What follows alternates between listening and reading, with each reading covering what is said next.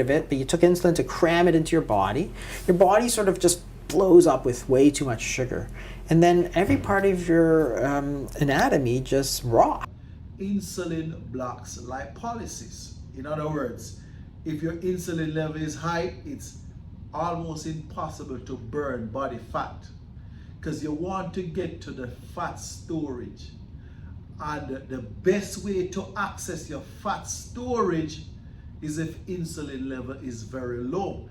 If insulin level is very high, then you cannot access that fat storage.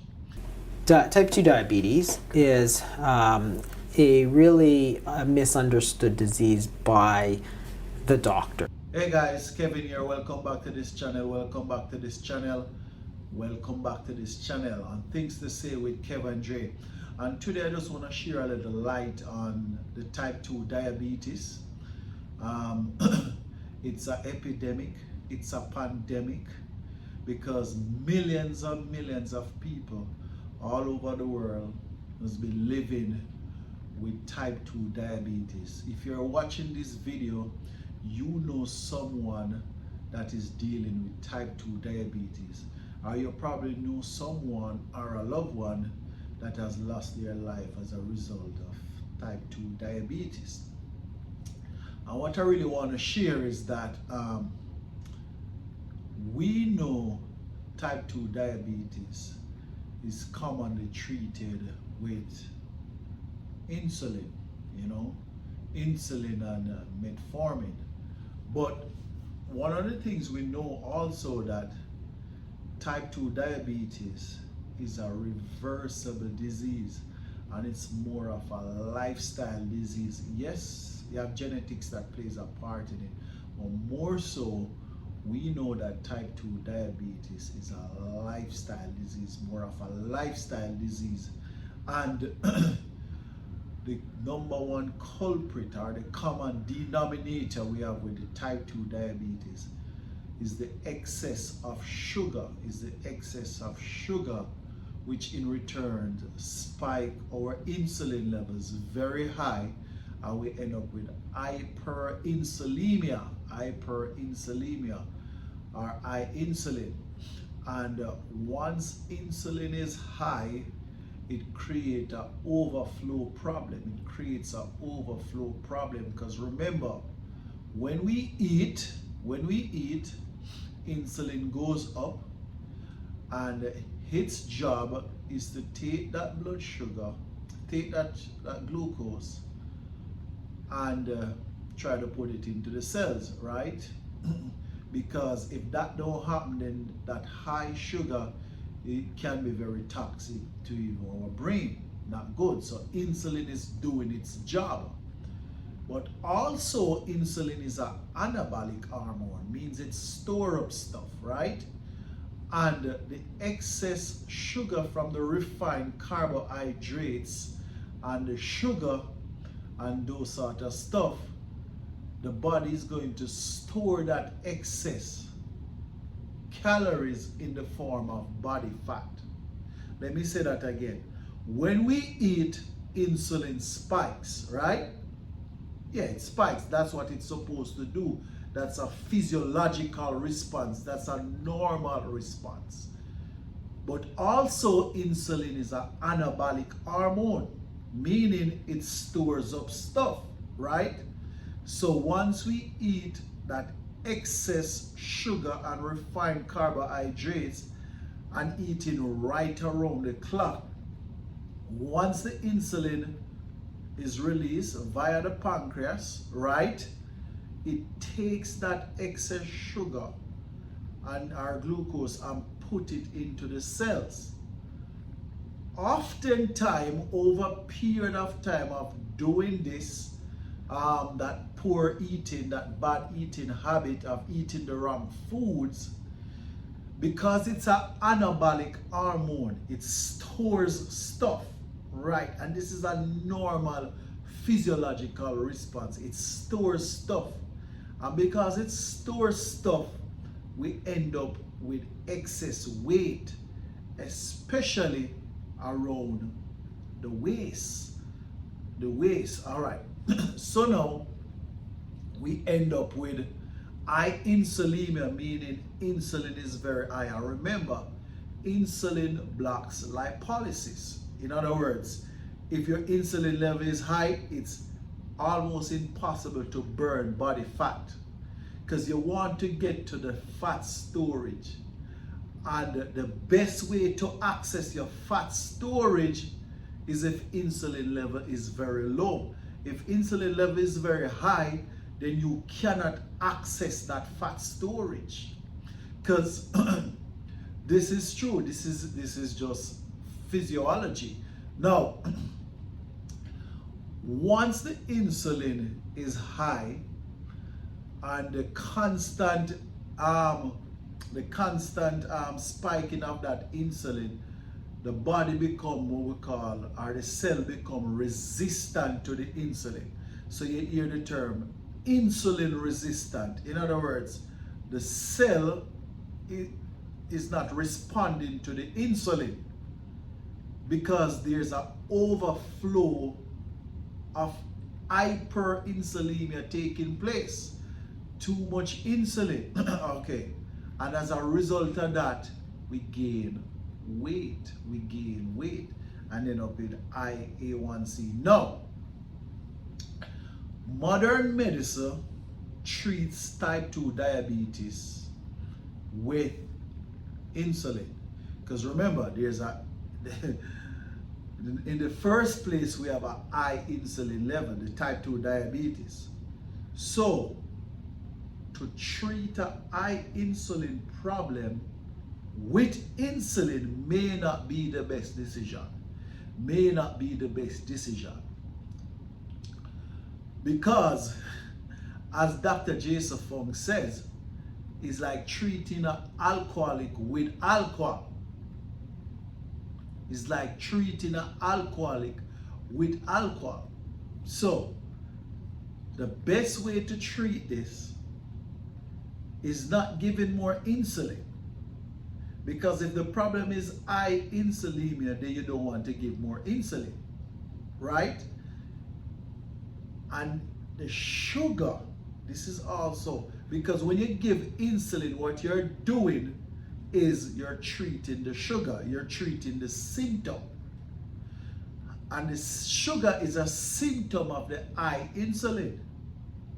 So, when you give insulin, what you're technically doing, not technically, literally doing, you're forcing that sugar that the body is that the body is rejecting already. Okay? But, sorry, what is also interesting, I'm gathering my thoughts. What is also interesting is that even on the insulin, we see obesity, we see kidney failures, we see eye surgeries, we see even fatty liver, even on the insulin. So that can't be the right treatment. And I know this may sound away to a lot of people, but this can't be the right. If the sugar is what is driving the high insulin, why not don't eat the sugar? Why not get rid of the sugar? And why not limit the amount of time that you eat? Because remember, every time you eat, insulin spikes up. So if you restrict the amount of time that you eat, I think that your insulin level will not spike so often because you're not eating all the time. Because remember, the body exists in two phases, either the fasted state or the fed state. Either the fasting state or the fed state. But we eat right around the clock. So we are always spiking insulin. If you eat the right foods, get rid of the sugar, and go on a time-restricted eating, then you're more likely to reverse the type 2 diabetes. You don't have to live with it for the rest of your life and take drugs. All the results are out there to show that you don't have to do it. But I've said enough. Listen to Dr. Jason Fung author of the obesity code and the diabetic code and the cancer code, and also the complete guide to fasting. Listen to Dr. Jason Fung and what he says about type 2 diabetes. The problem is that type 2 diabetes is a really misunderstood disease by the doctors. Then what they don't understand is that they're treating sort of the blood glucose. So the blood glucose or blood sugar is high, so they try and get it down. If you give insulin, well, does that get rid of the sugar? And the answer is no. The insulin takes that sugar and simply crams it into your liver. Okay, and then the liver turns it into fat through de novo lipogenesis or sends that sugar everywhere else. And so the sugar goes into your eyes, into your liver, into your nerves, into your legs, into your heart. And what happens?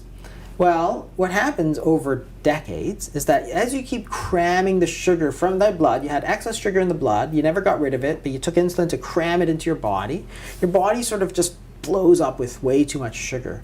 And then every part of your anatomy just rots. So you go blind, and you get heart attacks, and you get strokes, and you get nerve damage, and you get amputations, you get diabetic foot infections. And it's like, why do diabetics get infections that nobody else in the whole world gets? Why? Because there's sugar. There's so much sugar sitting around in that foot that you get infections like yeast infections that love the sugar. Mm-hmm. And it's crazy because what it means is that type 2 diabetes is essentially being treated completely incorrectly. We're treating the blood glucose. So we know the blood glucose is high because of the type 2 diabetes. But the blood glucose is not the disease, it's the symptom. So if you treat the symptom but don't treat the disease, then you're not going to get anywhere. It's symptomatic treatment. And that's the real problem. We're treating the symptom and pretending like that's the real disease. So yes, we got the blood glucose down. Have you treated the type 2 diabetes with your insulin? And the answer is no. Well, everybody knows that if you lose weight, your diabetes gets better. So insulin makes you gain weight. So right. Your diabetes is not getting better, it's getting worse. And the whole point is that you simply can't take the sugar in your blood and cram it away where you can't see it and pretend you're better. You got to get rid of that sugar. So in essence, the simplest way to understand type 2 diabetes is that there's just too much sugar in the body. The body is overfilled with sugar. Well, if it's overfilled with sugar, then you just got to get rid of the sugar. What do? One, don't put more sugar in. Eat a low carbohydrate diet. And number two, burn it all off. And that's intermittent fasting. Mm-hmm. So what we've done is we've taken this dietary disease, and instead of treating the root cause of it, which is the diet, we're eating too much carbohydrates predominantly because we were told to, and we're eating too many times, too frequently. But what we've done is instead of treating the actual cause of it, we tried to drug it. We're trying to drug these people back to health. And we're not treating what was the actual problem in the first place. And then we wonder, why is everybody getting worse? And the worst part is that the answer that most specialists, researchers give is that type 2 diabetes is just like that.